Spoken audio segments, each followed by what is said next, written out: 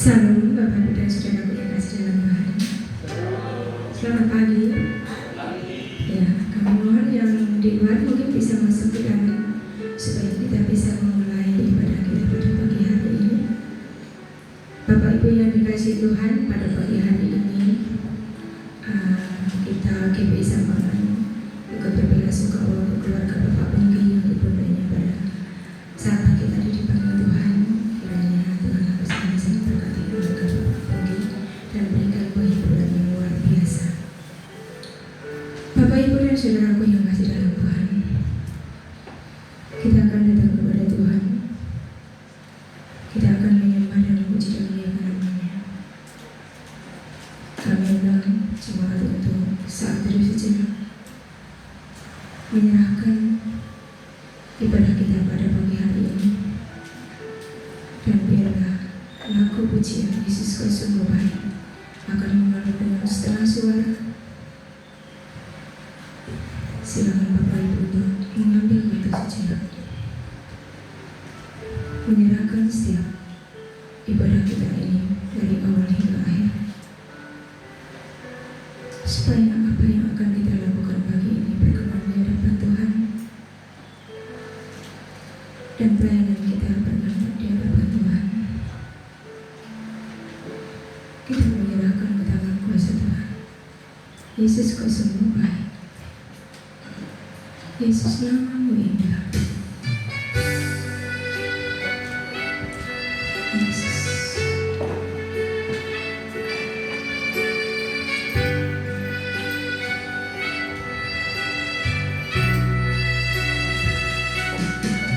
Dengan kerinduan berdoa kepada Tuhan,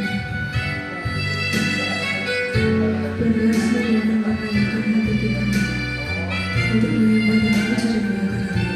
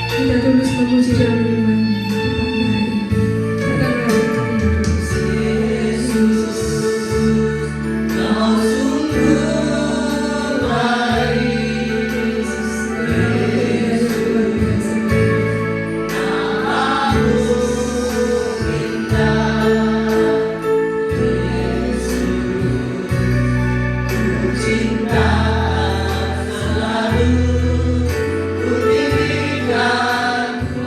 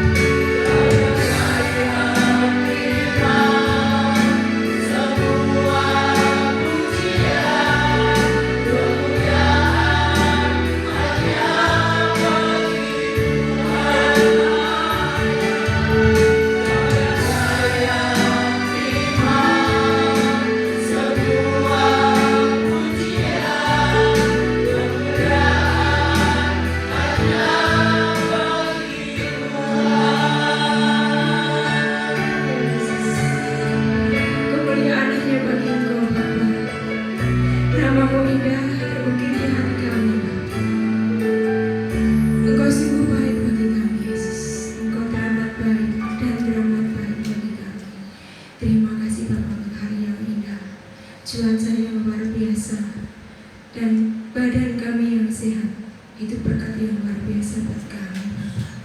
Pagi ini Bapa kami datang ke hadirat Tuhan, menyerahkan ibadah kami pagi ini dari awal hingga akhir, supaya kami boleh mendapatkan hikmat Tuhan.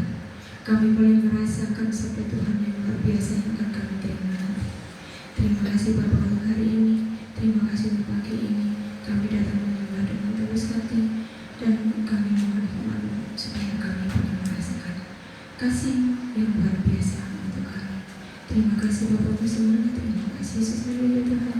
Amin. Masih sanggup berdiri ya Bapak Ibu semuanya? Masih sanggup berdiri? Amin. Mari kita akan bersukacita. Kita pujikan Kau 1, 2, 3.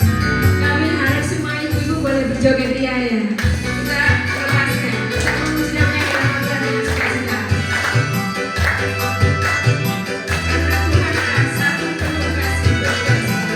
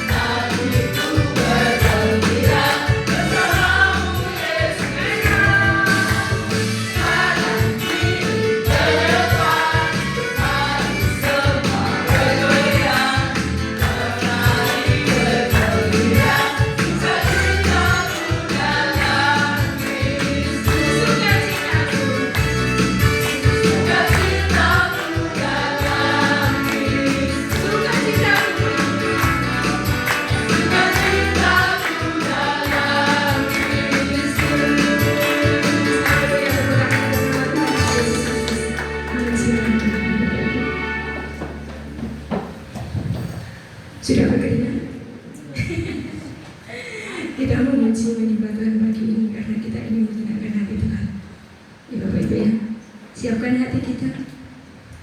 Sabda Tuhan akan kita dengar pada pagi hari ini. Kita akan masuk di dalam kehadiran Tuhan. Aku masuk ruang Maha Kudus dan ada yang berkembang. Kita akan masuk ke dalam Tuhan.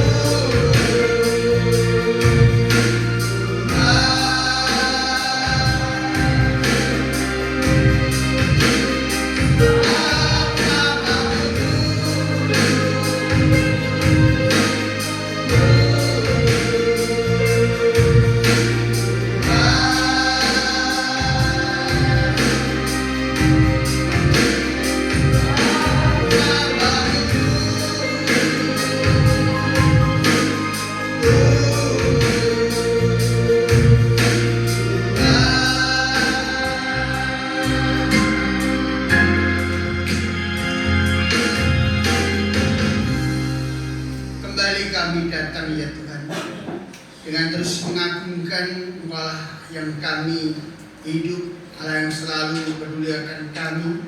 Kekudusan-Mu melampaui segala yang ada di muka bumi ini.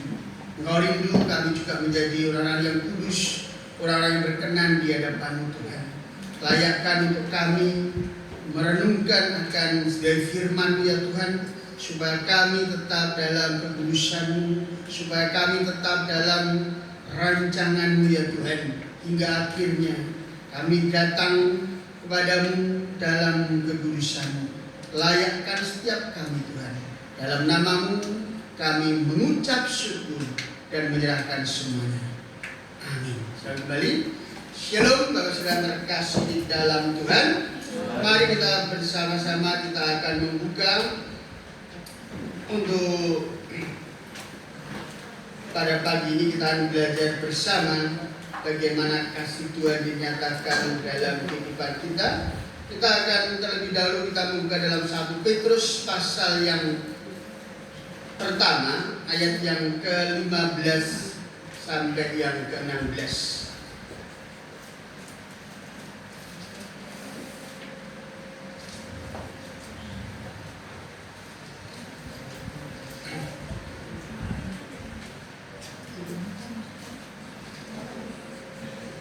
Satu Petrus pasal yang pertama ayat yang ke-15 sampai yang ke-16 kita baca bersama-sama. 1, 2, 3. Tetapi hendaklah kamu menjadi kudus di dalam seluruh hidupmu, sama seperti Dia yang kudus yang telah memanggil kamu. 16. Sebab ada tertulis, kuduslah kamu, sebab Aku kudus. Apa yang disampaikan di dalam pujian tadi mengarahkan kita supaya kita bersama kita masuk ke ruang Maha Kudus bersama dengan anak domba Allah. Di dalam perikop ini kita melihat bersama bagaimana setiap orang percaya dipanggil bukan hanya untuk menerima karya keselamatan dari Tuhan Yesus Kristus, tetapi bagaimana menjalani kehidupan yang benar sebagai respon akan kasih karya keselamatan yang telah kita terima. Kita bagaimana merasakan syukur kita kepada Allah yang telah memanggil kita keluar dari kegelapan kepada terangnya yang ajaib. Dunia mungkin memiliki standar sendiri, tetapi kita sebagai orang percaya juga dipanggil Tuhan harus sesuai dengan standar Allah. Oleh karena itu pada pagi ini kita belajar bersama dalam 1 bulan ini bagaimana hidup benar atas dasar panggilan surga. Yang pertama kita akan belajar bagaimana kita akan melihat di dalam Wahyu, kitab Wahyu pasal yang kedua, ayat yang pertama sampai yang ke-7. Kita akan belajar dari perikop ini. Tema besar kita diambil dari 1 Petrus pasal 1, 15, 16. Bagaimana panggilan kita sebagai orang percaya hidup dalam kekudusan, sehingga kita menjadi hidup yang benar di hadapan Tuhan. Hal yang pertama kita membaca dalam Kejadian Wahyu pasal 2 ayat yang pertama sampai yang ke-7. Saya membaca yang ganjil, Bapak Saudara membaca yang genap. Kepada jemaat di Efesus, tuliskanlah kepada malaikat jemaat di Efesus, inilah firman dari Dia yang memegang ke-7 bintang itu di tangan kanannya dan berjalan di antara ke-7 kaki tiang emas itu.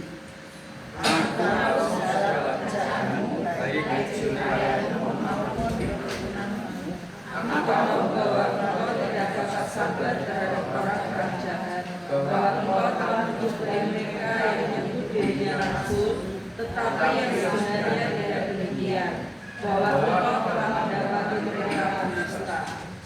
Dan engkau tetap sabar dan menderita oleh karena namaku, dan engkau tidak mengenal lelah. Namun demikian aku mencela engkau, karena engkau telah meninggalkan kasihmu yang semula. Sebab itu ingatlah betapa dalamnya engkau telah jatuh. Bertobatlah dan lakukanlah lagi apa yang semula engkau lakukan. Jika tidak demikian, aku akan datang kepadamu dan aku akan mengambil kaki biarmu dari tempatnya, jikalau engkau tidak bertobat. Tetapi ini yang ada padamu, yaitu engkau membenci segala perbuatan pengikut-pengikut Nikolaus yang juga benci. Siapa bertelinga hendaklah ia mendengarkan apa yang dikatakan Roh kepada jemaat-jemaat. Barang siapa menang, dia akan kuberi makanan dari pohon kehidupan yang ada di Taman Firdaus Allah. Bapak sedang terkasih di dalam Tuhan. Tema utama kita hidup benar atas dasar panggilan surgawi. Kita belajar kembali, kita melihat kembali akan jati diri kita, bahwa kita adalah orang-orang yang diselamatkan beroleh kasih daripada Kristus. Dan inilah yang perlu kita ingat kembali. Kapan? Pertanyaannya, kapan Bapak Ibu Saudara jatuh cinta kepada Yesus? Coba diingat kembali. Kapan ya aku jatuh cinta kepada Yesus? Pertanyaan ini menjadi dasar bagi kita bersama untuk bisa hidup benar di atas dasar panggilan surgawi. Ya. Kembali lagi kalau kita perhatikan bagaimana Tuhan mengarahkan hidup kita, hendaklah kamu menjadi kudus di dalam seluruh hidupmu sama seperti Dia yang kudus, yang memanggil kamu. Allah yang memanggil kita, Allah yang kudus. Dalam kekudusannya yang memberikan cintanya kepada kita. Barang siapa yang percaya kepadanya tidak binasa, ya, terakhir hidup yang kekal.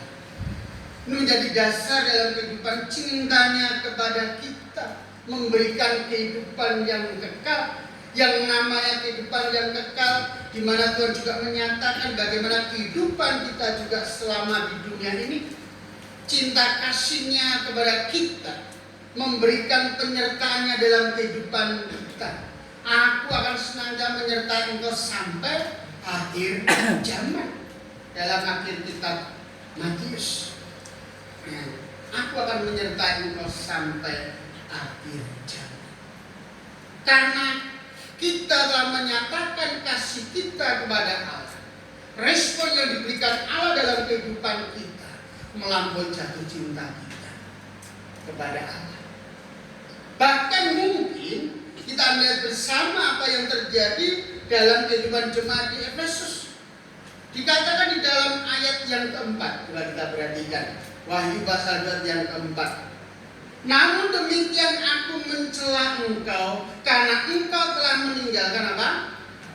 Kasih yang semula. Apa dimaksud dengan perikop ini? Yohanes menyampaikan kepada jemaat di Efesus. Kalau kita perhatikan, kota Efesus itu menjadi pusat perdagangan dan administrasi Romawi yang luar biasa. Kota metropolit juga, mempunyai pelabuhan yang sangat besar, bahkan terbesar saat itu. Karena pada masa itu Efesus menjadi titik temu, ya kalau sekarang yang di mana harus berkenaan dengan perdagangan dunia. Ya. Ini bagaimana pada waktu itu para pedagang baik dari Asia maupun Eropa selalu melewati itu, ya. Di mana menjadi jalur utama banyak perputaran keuangan, pertemuan budaya, pertemuan suku-suku, pertemuan pola pikir. Ya, kalau sudah satu tempat itu, ya kalau sudah ada pendatang, itu mesti akan ada banyak perubahan. Bahkan terkadang pribumi malah terkalahkan dengan pendatang. Sekarang juga sama ya, banyak. Ya dulu waktu saya di Tembalang itu, waktu pertama datang banyaknya orang pendatang pribumi ya. Setelah saya hampir 5 tahun lah, mulai orang-orang pribumi itu pindah. Ya, karena Undip semakin besar, semakin banyak mahasiswanya, semakin butuh kos-kosan. Orang pribumi nggak bisa buat kos-kosan, bisanya jual. Apalagi ketika tanah itu dijual, bisa dapat tanah lagi 3-4 tempat. Anakku belum, ya usah, dari 4. Nah, anakku untuk daripada aku di sini ya, walaupun di kota metropolit dalam tanda kutip dengan kedatangan banyak budaya, pilih minggir ya, minggir banyak ya teman-teman yang saya di Tembalang itu sudah nggak ada, kita ke sana dulu sudah jadi kos-kosan. Saya tanya yang punya siapa, sudah bukan lagi yang sudah pindah di Kedawang, pindah di Banyumanik, pojok ya banyak ya, karena memang perputaran budaya, perputaran ini membawa dampak sehingga para pribumi mulai tersingkirkan. Banyak terdapat juga di situ karena tempat yang sangat strategis, pusat perdagangan, pusat niaga terpenting pada Kekaisaran Romawi. Kota Efesus juga banyak sekali terdapat kuil-kuil penyembahan berhala, yaitu kuil yang banyak sekali yang menjadi kuil paling disegani, paling diagung-agungkan adalah Anatolia, kuil di mana mengarah kepada dewa kesuburan, yang artinya dewa berkah. Di sini kita melihat bagaimana kuil ini adanya praktek penyembahan, terlebih lagi hal yang sangat digemari oleh para pendatang. Bahwa di situ praktek seks bebas pun terjadi di situ. Tempat-tempat prostitusi seolah-olah sebagai warung biasa. Warung biasa yang bisa diambil sembarang waktu dan oleh siapa saja. Karena inilah kita melihat bersama bagaimana kuil penyembahan ini juga terdapat lagi kuil yang menyembah kaisar. Karena pada waktu itu mereka diwajibkan untuk menyembah kaisar. Kaisar dianggap sebagai titisan daripada dewa. Apa yang menjadi perkataan kaisar, apa yang menjadi perintah kaisar wajib untuk dilakukan. Kamu sudah terkasih dalam Tuhan. Begitu banyaknya kuil. Kemudian juga bagaimana adanya kuil Artemis. Ya, tadi saya katakan kuil Artemis ini mengarahkan kepada apa itu namanya seks bebas. Kalau kesuburan tadi Anatolia, ya, tentang berkat-berkat, tentang kemakmuran. Tetapi untuk Artemis itu mengarah kepada dewa seks, ya, atau dengan penyembahan prostitusi. Bahkan gadis-gadis yang bertugas sebagai imam, dikatakan dalam tanda kutip imam, pemimpin agama di situ, mereka juga menjadi pelaku. Justru di sini mengarahkan ketika mereka bersatu dengan imam ini merupakan sebagai penyatuan diri dengan Dewi Artemis sebagai sesembahan mereka. Nah, jadi kita lihat kalau di yang saya tahu itu ya di daerah Sragen sana ada juga ya, itu juga ada tempat. Semarang kemarin sudah dieksekusi ya, diganti supaya tidak terjadi, tapi ya nggak tahu ya ke depannya ya, karena itu gerakan pertama oke bersih ya, setelah itu kemarin lewat itu juga masih banyak ya, hanya berubah nama ya. Banyak sekali tempat-tempat dikhususkan ya. Nah, ini menjadi sebagai kondisi di Efesus ya. Bagaimana kita melihat bersama ketika keadaan ini, bagaimana jemaat yang ada di situ dikatakan sebagai minoritas, sebagai jemaat kecil, tidak diperhadapkan dengan dunia-dunia yang glamor. Ya. Mereka diarahkan untuk hidup dalam kekudusan, hidup dalam kehendak Tuhan.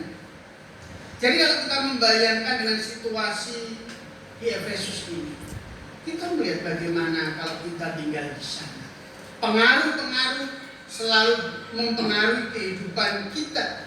Ya. Apa bisa terkasih dalam Tuhan? Kekristenan menjadi kelompok yang kecil di situ. Paulus tahu keberadaan jemaat di sana.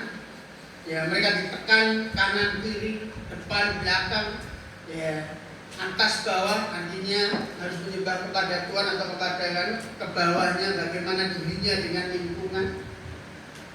Ya. Bagaimana mereka menempatkan diri. Ya. Dan ini kita melihat bersama di dalam kitab Wahyu ini dikatakan bahwa jemaat Efesus pertama kali disapa oleh Tuhan. Yang dikatakan di situ, Efesus adalah kota yang sedang mengalami perkembangan yang luar biasa, namun pertumbuhan jemaat terganggu dengan adanya guru-guru palsu.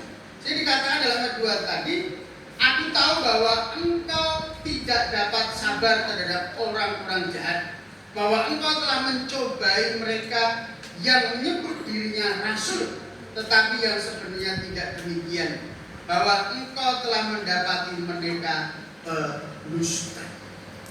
Bapak sudah terkasih di dalam Tuhan, kita melihat bersama jemaat di Efesus tadi dikatakan dalam ayat yang keempat dicela oleh Tuhan. Tetapi sebenarnya kita perhatikan di dalam ayat yang pertama sampai yang kedua, Tuhan memuji akan kehidupan jemaat di Efesus. Ya. Dikatakan aku tahu segala pekerjaanmu, baik jeripayahmu maupun ketekunanmu. Jemaat di Efesus adalah tipe jemaat yang pekerja keras, jemaat yang rajin dan tekun dalam melakukan tugas-tugas pekerjaan, bahkan pada pelayanan komunitas umat Tuhan.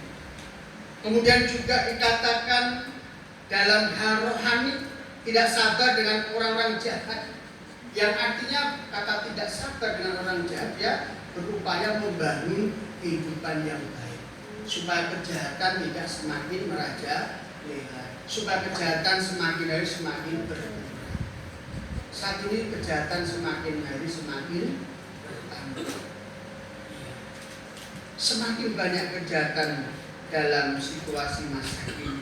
Mereka berusaha memutarbalikkan kebenaran, adanya guru-guru palsu dan rasul-rasul palsu, yang mempengaruhi iman daripada jemaat Efesus. Tetapi dikatakan dalam Qur'an mereka tetap tidak sabar atau kuat dalam menghadapi tekanan yang ada. Kemudian juga kita lihat di dalam ayat yang ke-6, ya, dikatakan tetapi ini yang ada padamu, yang membuat engkau segala perbuatan, yang membenci segala perbuatan pengikut-pengikut Nikolas yang juga ku benci. Ya, Nikolas adalah pengikut yang melegalkan yang namanya perzinahan. Ya. Nikolas adalah tokoh yang berupaya mengembangkan. Ya, kalau dulu pernah terjadi di tahun 60-an adanya Children of God. Ya, anak-anak Tuhan. Ya. Anak-anak Tuhan. Konsepnya bahwa kita sebagai anak Tuhan satu dengan yang ada satu kesatuan. Kita saling mendukung, saling menguatkan, saling memberi. Tetapi kesalahpahamannya mulai diadakan, yaitu namanya penyembahan atau peribadatan dengan sekuritas juga. Ya. Karena kita keluarga. Konsep-konsep ini membarangus di Indonesia, tapi akhirnya tidak berkembang. Ya, bertentangan dengan banyak relasi budaya dan juga hukum. Ya, di mana kerohanian mereka sangat-sangat kuat, mereka tidak terpengaruh. Ya, apalagi apa yang disampaikan oleh Nikolas sebagai pemimpin, bahwa apa yang kita lakukan tidak mempengaruhi keselamatan, karena Tuhan menyatakan ketika kita percaya pada Tuhan Yesus kita beroleh keselamatan. Keselamatan bisa hilang? Kok bisa Pak? Kalau di kita keselamatan kekal. Dalam kitab Efesus bahwa keselamatan itu telah diberikan kepada kita ketika kita percaya. Dan Roh Kudus ditempatkan dalam hati kita menjaga keselamatan itu kekal selamanya, sekal untuk selamanya. Dengan pemahaman ini kita mencoba mengupayakan bahwa itu sudah ada dalam diri kita keselamatan. Jadi kalau kita melakukan hal ini tidak masalah, nanti kita minta ampun, keselamatan tetap ada. Tetapi rupa-rupanya kita juga memahami bagaimana ketika kita percaya kepada Tuhan, bagaimana kita menghidupi karya keselamatan yang Tuhan berikan. Seperti di dalam 1 Petrus pasal 1 ayat 15-16 tadi. Hendaklah kamu menjadi kudus dalam seluruh hidupmu, sama seperti Dia yang memanggil kita adalah kudus. Tuhan yang memberikan keselamatan dalam kita untuk kita juga menjadi hidup dalam kebenaran. Ya.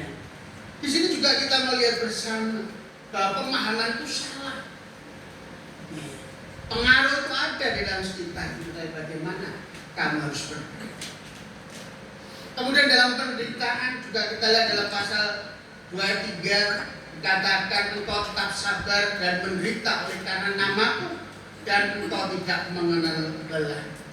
Jemaat di Efesus adalah dipuji oleh Tuhan karena mereka tetap bertahan dan sabar walaupun menderita.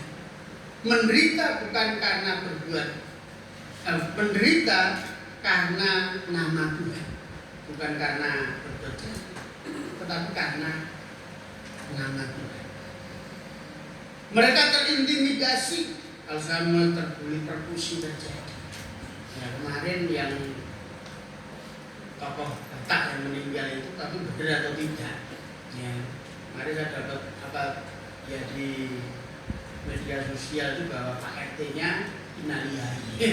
Katanya lah, benar atau tidak? Karena ada yang ngaku benar, ada yang ngaku ya lah, namanya berita ya dibesar-besarkan. Yang menolak langsung mati. Ya. Jadi kesaksian juga dari Gereja Baptis Logosari sama. Ya, yang menolak keberadaan gereja juga dipanggil Tuhan. Satu tinggal lagi pada akhirnya sekarang boleh berdiri. Ya, karena waktu kan mungkin ya waktu ya bukan karena langsung juga menghukumi. Kita tidak bilang, pokoknya kita mendoakan orang-orang yang membenci kita doakan, kita kasih dengan kasih yang sejati. Berjerilah, bertekun, taat dalam pengajaran, sabar, menderita bagi nama Tuhan, tidak dapat dipisahkan dengan kasih Tuhan yang mula-mula.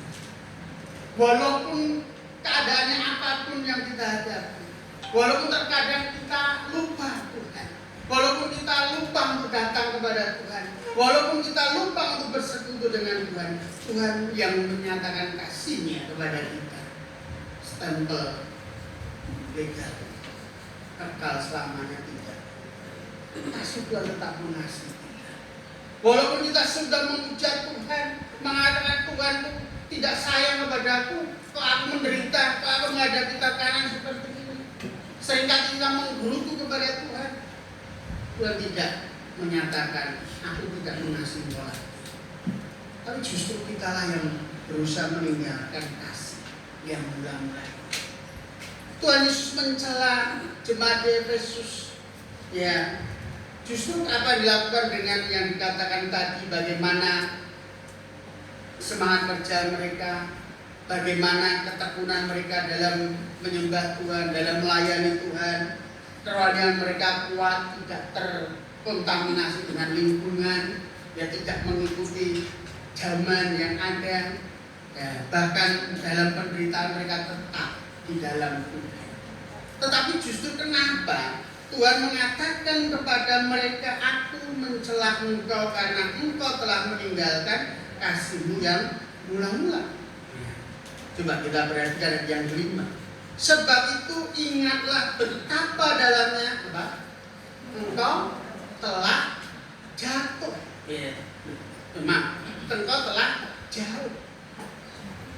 Kenapa? Dengan pujian yang disampaikan tadi, kalau kita lihat mereka bahwa walaupun apapun yang terjadi, mereka tetap setia kepada Tuhan, tetap melayani Tuhan, tetap tidak tercampur atau terkontaminasi dengan lingkungan. Tetapi kenapa Tuhan justru mencela mereka? Dikatakan bahwa sebab itu ingatlah betapa dalamnya engkau telah jatuh, bertobatlah dan lakukan lagi apa yang semula engkau lakukan. Jika tidak demikian, aku akan datang kepadamu dan akan mengambil katipian dari tempatnya. Jikalau engkau tidak bertobat. Ya. Tetapi ini ada yang ada padamu ya. Engkau membenci segala perbuatan pengikut iblis, tetapi di situ dikatakan yang juga aku benci, sebab Siapa yang bertanya dan mendengarkan apa yang dikatakan Roh kepada jemaat-jemaat, barang siapa menang, dia akan diberi makan dari pohon kehidupan yang ada di taman Firdaus. Tuhan mencela jemaat di Efesus karena mereka telah kehilangan kasih mula-mula. Dari berbagai apokrif atau dari berbagai tafsiran apa disampaikan Tuhan. Kenapa mereka kehilangan kasih mula-mula? Rupa-rupanya apa yang mereka lakukan, aktivitas kegiatan yang mereka laksanakan sebagai aktivitas yang lahiriah, aktivitas yang sangat padat, yang sibuk, mereka melakukan hal-hal yang menjadi rutinitas atau kewajiban yang harus dia lakukan, tetapi dikatakan tidak dilandasi dengan kasih mula-mula. Kasih waktu jatuh cintanya mereka kepada Tuhan Yesus. Mereka hanya melakukan semuanya sebagai rutinitas. Coba kita lihat di dalam 2 Korintus pasal yang pertama, ayat yang pertama sampai yang ketiga.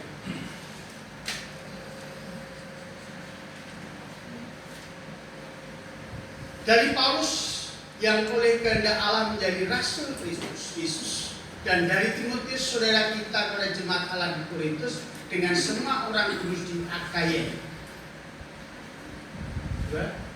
Kasih karunia dan damai sejahtera dari Allah Bapa kita dan dari Tuhan Yesus Kristus menyertai kamu. 3. Terpujilah Allah Bapa Tuhan kita Yesus Kristus, Bapa yang kekal, Bapa yang penuh belas kasihan, dan Allah sumber penghiburan.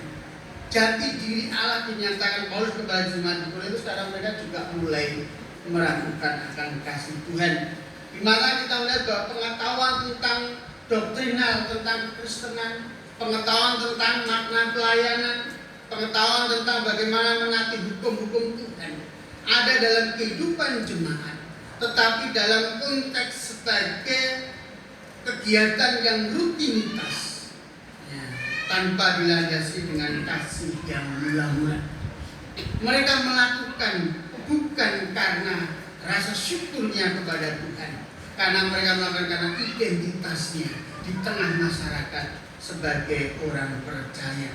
Kasih yang tulus kepada Tuhan Yesus Kristus dalam menghasilkan pengabdian yang tulus, hidup dalam kebenaran yang disertai dengan kasih.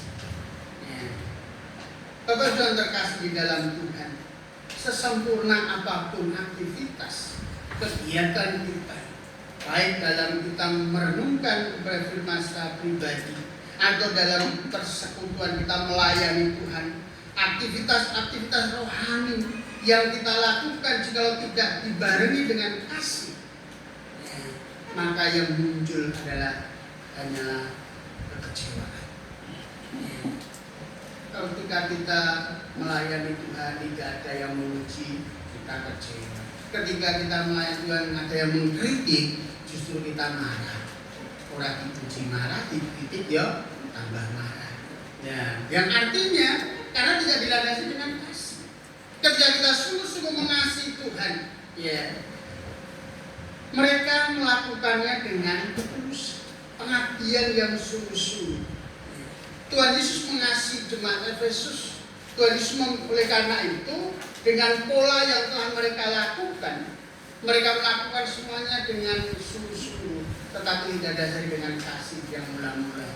Tuhan menegur kepada mereka. Dikatakan Tuhan memberikan teguran kepada mereka karena segala kesibukan, kecintaan mereka pada hal rohani justru mengikis cinta yang utama, yaitu kepada Tuhan. Jangan sampai ini menjadi juga bagian kita sebagai umat Tuhan yang telah diselamatkan. Segala sesuatu kita lakukan hanya untuk apa? Kebanggaan kita. Hidup dalam kebenaran atas panggilan surgawi mengarahkan supaya kita melayani dengan penuh ketulusan. Ketika kita akan juga Tuhan mengingatkan jemaat untuk bertobat dan kembali kepada kasih yang semula.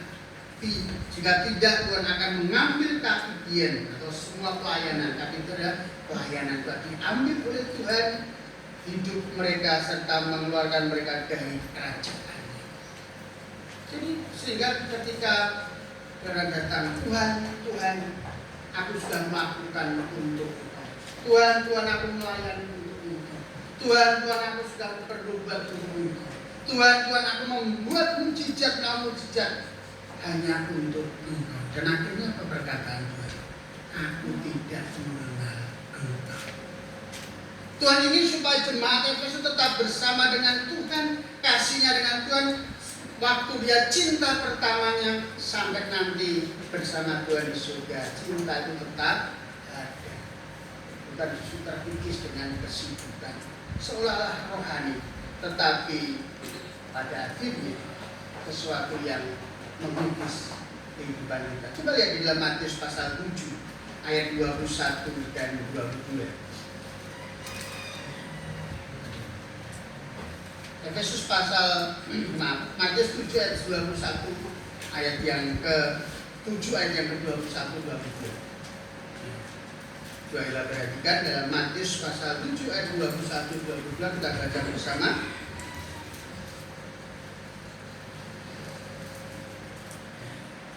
Satu, dua, tiga. Bukan setiap orang yang berseru kepada Tuhan akan masuk ke dalam kerajaan surga, melainkan apa? Mereka yang melakukan kehendak Bapa-Ku di surga. 22. Pada hari terakhir banyak berseru-seru kepada Tuhan, bukankah kami bernubuat demi namamu dan mengusir setan demi namamu dan mengadakan mujizat demi namamu juga. Tetapi pada akhirnya dalam berikutnya Tuhan menolak. Oleh karena itu hidup benar atas dasar panggilan surgawi untuk kita terus membangkitkan cinta mula-mula kita kepada Tuhan. Jangan sampai kita terkikis dengan keadaan dunia ini. Katakan ketika kita mau bertobat, melakukan lagi kembali melakukan tugas pelayanan dasar dengan kasih Tuhan, dikatakan segera kembali bertekun mengasihi Tuhan, kembali kepada kehidupan dalam kasih, maka dalam ayat ke-7 itu yang dinyatakan dalam kehidupan. Barang siapa menang, ini adalah bagian penting yang seringkali hanya kita minta itu. Yang di belakangnya tadi, yang di depannya tadi tidak mau. Nah, untuk melakukan yang baik. Tetapi di sini katakan kita akan memperoleh kehidupan yang benar. Orang yang menang adalah orang yang setia bertekun sampai akhir ketika kita dipanggil Tuhan. Tetapi dalam Tuhan dan kita akan mendapatkan kehidupan kekal. Sudah dikatakan kita bersama di Taman Firdaus. Jangan berhenti untuk kita terus mengkoreksi diri. Kita terus memeriksakan kesehatan rohani kita. Mungkin dengan cara kita bertanya kepada teman-teman, atau mungkin dengan cara pribadi kita merenungkan akan kasih Tuhan. Ketika kita menghadapi masalah, memang membuat bimbang kehidupan kita. Tetapi kasih Tuhan tidak pernah berkesudahan. Oleh karena itu Bapak Saudara kasih di dalam ini. Orang-orang yang sudah kehilangan kasih mula-mula mungkin masih melayani Tuhan dengan setia, tetapi tidak mendapat cinta dari Tuhan, yang artinya berkat dari cinta.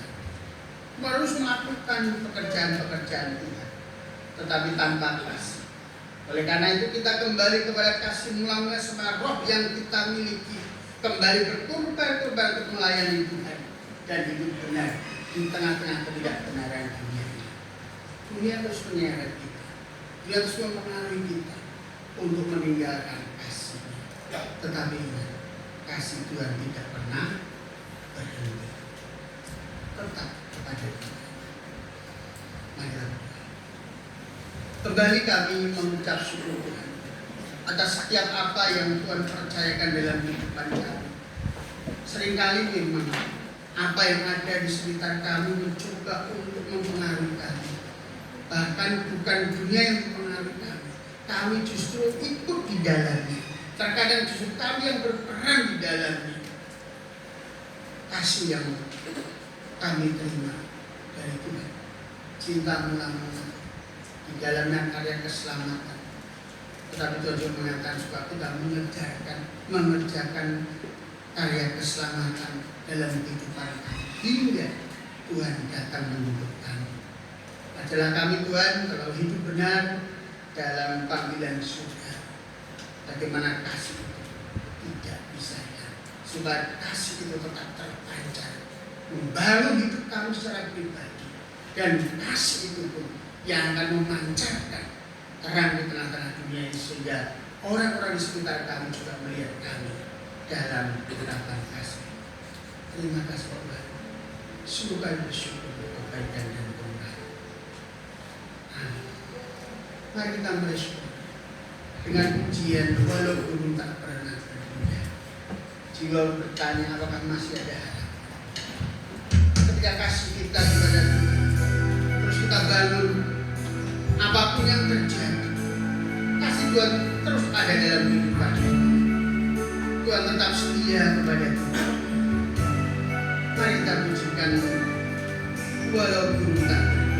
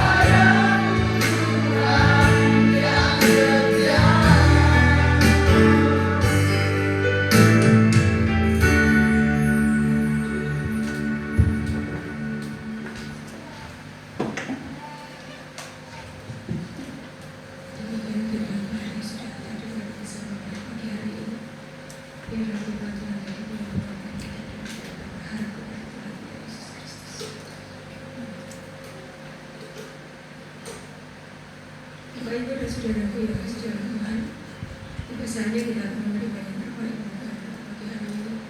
Kita akan memberikan semangat sebulan bersama Tuhan untuk petugas persembahan pagi ini yang terima kasih Bapak Bambang dengan Bapak Aris untuk maju ke depan. Kita akan memberikan baik Tuhan.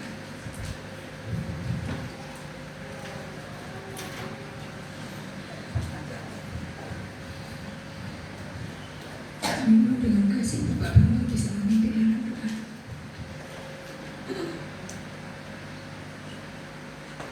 Terima kasih Bapak, bisa silakan. Ucap syukur dan terima kasih pada saat ini ya Tuhan, kembalikan segala kita terima segala kami pengucapan nama. Silakan silakan kepada Pasani dalam nama Tuhan Yesus. Itulah berkat Tuhan.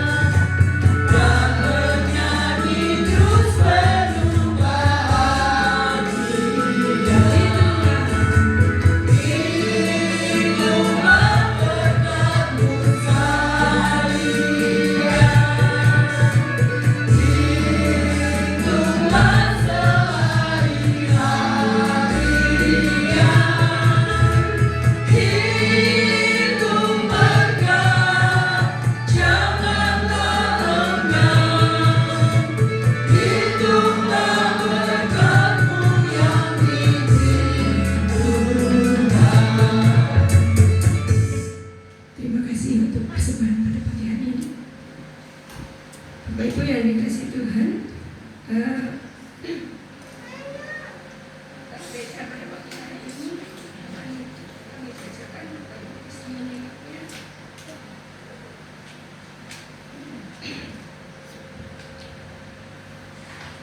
Untuk petugas kegiatan di dalam sepekan tanggal 6 Juli sampai 11 Juli 2026. Hari Rabu ada kegiatan jam doa penyampaian firman Ibu Sigit, MC Saudara Apel, di gereja jam 16.00. Jangan lupa juga untuk PKMP hari Sabtu kedua dan keempat di gereja jam 5. Dan kami jemaat GPI Sambangan mengucapkan selamat berulang tahun untuk Saudara Indra, Saudara Slamet, Ibu Yulia, Ibu Rindi Antika, Saudara Eri, dan Saudara Samuel Adi. Kiranya Tuhan memberkati senantiasa yang di bulan Juli ini berulang tahun. Dan untuk penatayaan layanan minggu depan tanggal 12 Juli 2026, pengkhotbah pagi dan sore Bapak Pendeta Bibi Trianto Al-Fatihah. Pembawa acara pagi Saudara Danu, sore Bapak Bambang. Singer pagi Saudara Erwin, sore Saudara Simon. Untuk pemusik pagi grup band, sore Ibu Erna. Persembahan pagi Bapak Triwasono dan Bapak Supriyate. Untuk penerima tamu pagi Ibu Maulina, sore Saudari Glory. Dan untuk kegiatan sepekan tanggal 28 Juni sampai 4 Juli, kebaktian pagi dihadiri 40 orang dengan persembahan 197.000, kebaktian sore 20 orang dengan persembahan 95.000, persembahan Natal pagi 35.000, sore 40.000, sekolah minggu 15 orang dengan persembahan 65.000, jam doa 12 orang, sila pertama 28 orang dengan persembahan 79.000. Sil kedua dihadiri 27 orang dengan persembahan 100.000. Total 611.000 rupiah. Dan untuk laporan persepuluhan minggu lalu tanggal 28 Juni 2026 dengan total dari minggu pertama sampai minggu keempat 6.329.000 rupiah. Demikian waktu gereja pada pagi hari ini, dan kami mohon dengan kasih nanti setelah sekolah minggu kita akan ayat ke rumah keluarga Bapak Bungki yang ada di Jambi. Kami mohon jemaat nanti persiapkan diri setengah 12 ya Pak, setengah 12 kita berangkat bersama-sama. Demikian waktu gereja pada pagi hari ini. Selanjutnya kami serahkan kepada Bapak Pendeta.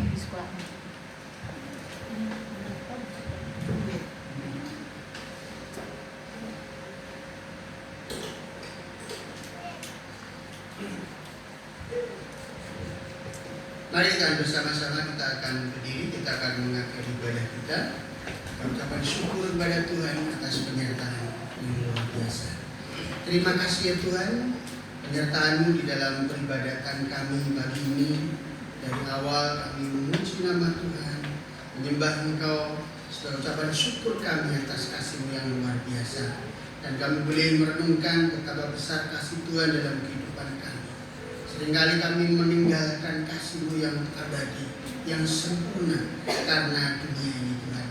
Ajalah kami untuk tetap membangun kerohanian kami, iman kami dalam kasih Tuhan. Ialah saatnya Tuhan, jemaat-Mu yang hadir pada saat ini, kasih karunia yang datang dari Tuhan menyertai senantiasa dalam segala perkara, dalam segala keadaan. Kiranya tetap ingat akan kasih Tuhan, sehingga apapun yang terjadi tidak pernah meninggalkan Tuhan, tetap setia kepada Tuhan.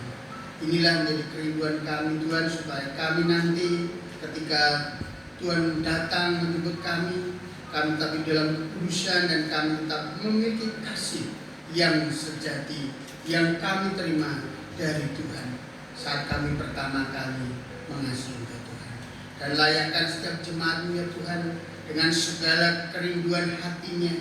Kiranya Tuhan menolong, Tuhan membimbing, berikan cara-Mu yang luar biasa. Bangkitkan terus iman jemaat-Mu dalam menghadapi setiap tantangan tanpa meninggalkan Engkau. Saatnya Tuhan, kami akan pulang ke rumah kami masing-masing, dan nanti juga kami akan melanjutkan untuk kebersamaan kami sebagai umat-Mu, untuk melawat saudara kami yang telah Tuhan panggil, Ibu Munanto, ke dalam hadirat-Mu ya Tuhan. Bersama keluarga Bapak Pungki, kami akan bersama-sama beribadah di sana, mengantarkan pemberangkatan jenazah ke pemakaman. Kiranya Tuhan menyertai rencana kami nanti Tuhan. Dalam nama-Mu Tuhan Yesus, kami bersyukur dan berserah, dan kasih karunia menyertai sekarang sampai selama-lamanya. Tuhan Yesus memberkati. Terima kasih Yesus. Pujian syukur.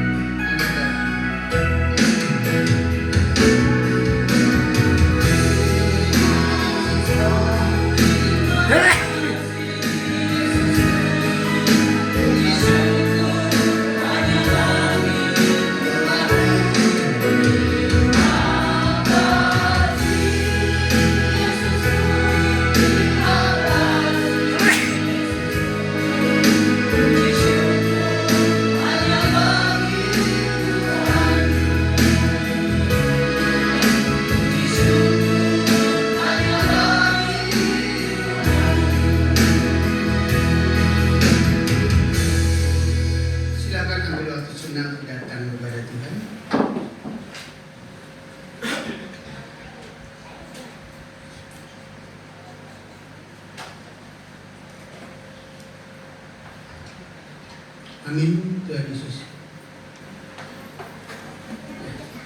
Mungkin juga. Oh iya, bulan kemarin Putri ulang tahun ya, mau pas ada kegiatan ya.